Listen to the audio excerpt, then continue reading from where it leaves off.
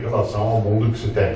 Nós temos hoje uma realidade que, sem dúvida, ela é mais complexa, ela tem um nível mais intrincado de decisões, percepções e, claro, o mundo digital trouxe uma novidade muito grande ao nosso cotidiano, que é a incapacidade de nós termos tempo de adensar as informações. Por exemplo, a utilização hoje de plataformas digitais, ela imprimiu ao nosso cotidiano uma pressa que antes não se tinha. E se vive algo que eu chamo de despamonhalização do mundo. E a despamonhalização do mundo foi substituída pela miogização da vida. Nós deixamos de fazer pamonha. E pode parecer pouco, mas ao deixar de fazer pamonha, nós perdemos algo que foi decisivo no nosso cotidiano, que é a capacidade de ter paciência. Paciência para observar, para anotar, para aprender. Quem aqui é mais idoso como eu se lembra que a finalidade de fazer pamonha não era comer pamonha, era ficar junto. Por exemplo, num sábado como hoje, os homens iam de manhã até a roça buscar milho, traziam, tiravam a palha principal, jogavam o milho ali perto do terreiro, as crianças tiravam o cabelinho que ficava no meio, as mulheres faziam o que era mais complicado, que era ralar aquele milho, costurar o saquinho de palha, etc. E nós íamos comer pamonha a essa hora, 4h30, quase 5 horas da tarde. A finalidade, repito, não era comer pamonha, era ficar junto o dia todo. E nós tínhamos uma coisa que se valorizava, e quando eu digo isso, eu não quero voltar ao passado, porque isso seria tolo, mas trazer do passado algumas coisas que lá ficaram, e uma delas é a possibilidade de não confundir velocidade com pressa. Hoje nós temos um mundo que eu apelidava há pouco de miojizado. É vida miojo. Convivência miojo, casamento miojo, pesquisa miojo, estudo miojo, religião miojo. Olha que coisa interessante. Se nós observamos, há um impacto nisso no nosso dia a dia. Por exemplo, você tem casamento miojo, você tem namoro miojo, sexo miojo. É algo no qual a frase mais expressiva que nós dizemos no cotidiano é assim: eu não tenho tempo para isso. Eu não tenho tempo para ver, não tenho tempo para perder. E uma das coisas mais impactantes é como que isso atingiu também a família, atingiu o conjunto da sociedade.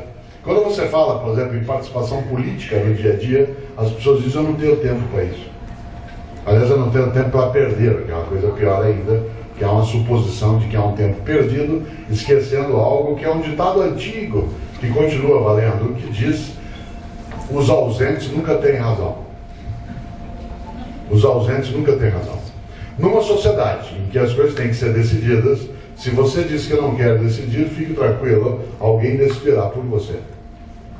E a decisão pode ser contra a tua intenção, contra a tua percepção, contra a tua convicção. Mas a decisão será tomada. Como os ausentes nunca têm razão, isso significa que a miogização também do processo de presença na vida coletiva, ela é muito perigosa.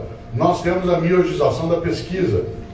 Na universidade, eu sou professor da PUC de São Paulo há 35 anos, na universidade, às vezes você pede uma pesquisa para um aluno, ele dá uma googada, e acha que já fez a pesquisa. Isso é miogização. A internet é um estupendo meio de entrada na pesquisa, não é ponto de chegada. Ela é um ponto de partida que ajuda várias coisas, mas não é ponto de chegada. Você tem a miogização do curso de formação. Hoje você tem curso superior em algumas unisquinas que tem aí pelo mundo, que oferece curso superior em 2 anos. E diz que você pode começar junto à pós-graduação. O país vai pagar caro daqui a 20 anos por ter miogizado a pesquisa científica de base. Porque ela é aquela que, embora é necessário que ela tenha velocidade, ela não pode ser apressada. Claro, você olha e diz: em que mundo a gente vive? Você diz: nós vivemos um mundo mais prático. Cautela, não se confunda prático com certo. Nem sempre o prático é o certo, muitas vezes o prático é só o prático. A ideia, eu vou contar uma coisa para você que talvez você não tenha imaginado. Como eu sou da área de filosofia, a gente fica estudando um pouco essas coisas. Não sei se já notou, mas o mundo está mudando. Você já tinha notado? Você diz: é óbvio, Cortella. Não precisa vir ninguém de São Paulo para dizer uma obviedade dessa. Cautela. A novidade não é a mudança do mundo, porque o mundo o tempo mudou. A novidade, e essa é inédita, é a velocidade da mudança. Nunca, em toda a história humana, se mudou com tanta velocidade. Haja vista que agora já é quase fim da tarde de sábado. Amanhã é domingo. Você acabou de sair do final de semana. O Natal está às portas, a Páscoa está chegando. Lembra quando você era criança, como as férias de final de ano demoravam para passar? Você entrava em férias no início de dezembro até chegar a fevereiro ou março. Agora tudo é fast. Fast food, lava rápido. Você levaria seu carro para lavar no lava-lerdo, por exemplo? Onde está aquele ditado que diz que a pressa é inimiga da perfeição? E o outro que diz que devagar se vai ao longe? Tudo é fast. Interessante. E isso é algo que atinge a cada um e cada uma de nós num ponto. Nós não estamos adensando a capacidade de prestar atenção. Está faltando espanto. Tudo parece muito evidente. E não é verdade.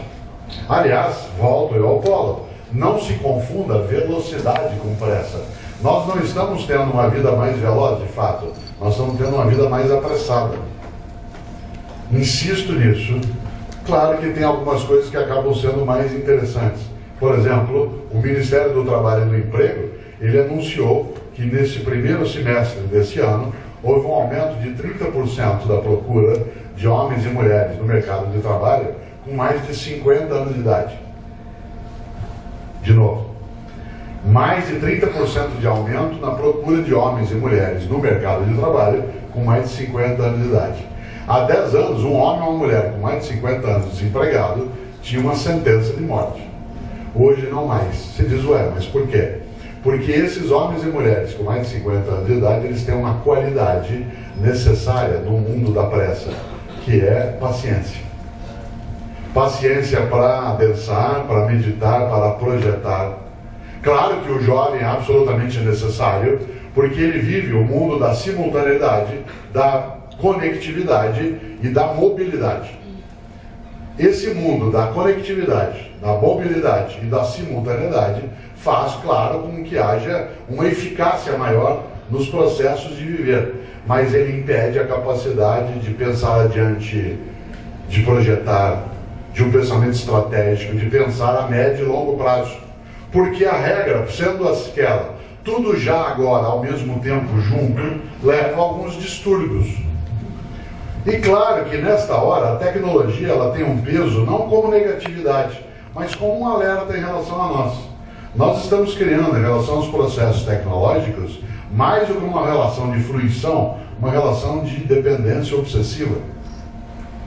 A maior parte dos equipamentos que nós usamos, eles são possuidores de uma capacidade que a gente nunca vai usar. A gente compra espaço vazio.